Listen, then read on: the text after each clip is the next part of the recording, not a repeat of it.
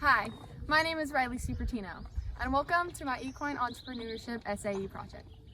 I've been training and showing my horse Tejas since 2011, however my SAE didn't officially start until 2017. Owning Tejas has allowed me to gain knowledge and experience in the horse industry and has led me to many titles in the show pen. With all of the knowledge that I've gained from training Tejas, I was able to break Bling, a 3-year-old filly owned by my grandparents. I first started with halter breaking, then moved into various groundwork exercises, and finally was able to break her to ride.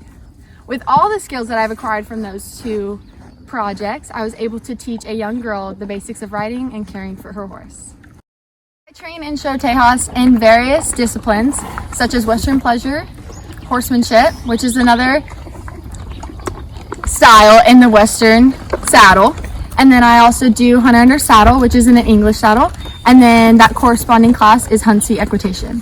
I also show in the Western riding, as you've seen in previous videos, of changing leads from the left to the right lead and the right to the left lead. I also do showmanship, which is an exercise that you work on the ground with your horse and you do different maneuvers such as walking, trotting, stopping, backing, and spinning. I started training Sammy, the young girl that I taught how to ride a horse, and I started off very slow.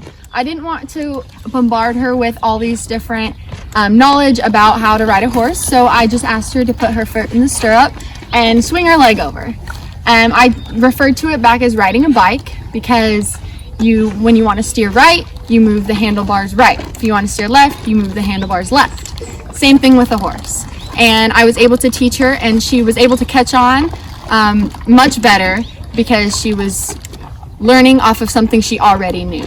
Being a horse owner, one of the main components is determining how much feed I will provide my horses.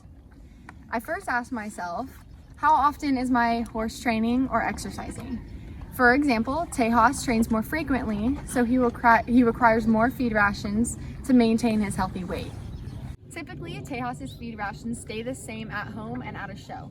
However, Tejas typically loses weight upon traveling due to sweating or various standing as he's heading to the show.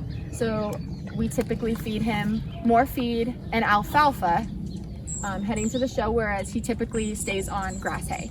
He normally gets 4 flakes of grass hay with 2 alfalfa, and he works really well. However, he doesn't get any supplements, any type of grain, anything like that. He works very well on just staying on his hay. However, once he gets older and starts developing more arthritis or anything like that, we'll put him on a senior supplement that will increase his weight, keep his protein up, so that protein doesn't break down his bones of the arthritis.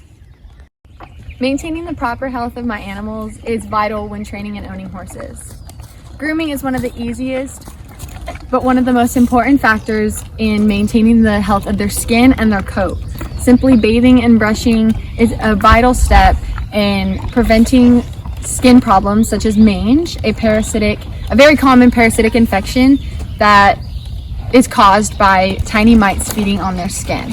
So if I were to not brush him, he could develop some skin problems such as that. The final step in maintaining the proper health of my horses is having the farrier routinely come out and treat my horse's hooves. Shoeing is an important factor, which I have him on 4 shoes, and this aids in the durability of the hoof as they work.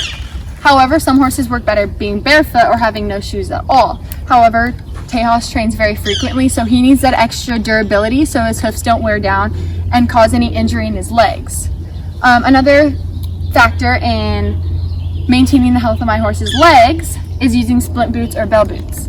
These protect the leg from injury when training and provide that protection so one leg or the back leg does not hit the front leg and cause scratches that can also cause infections. Keeping up on my horse's vaccinations is vital in maintaining the proper health of my horses. These vaccinations prevent against common diseases and viruses such as West Nile caused by mosquitoes, and it is very contagious, and also prevents against equine influenza. Training a horse and teaching your rider how to ride is all trial and error. So if one technique doesn't work, well, let's try another and we'll figure if that one works. So if I'm able to relieve that stress and that pressure of training a horse or even teaching a rider how to ride, that is the most rewarding aspect of what I do.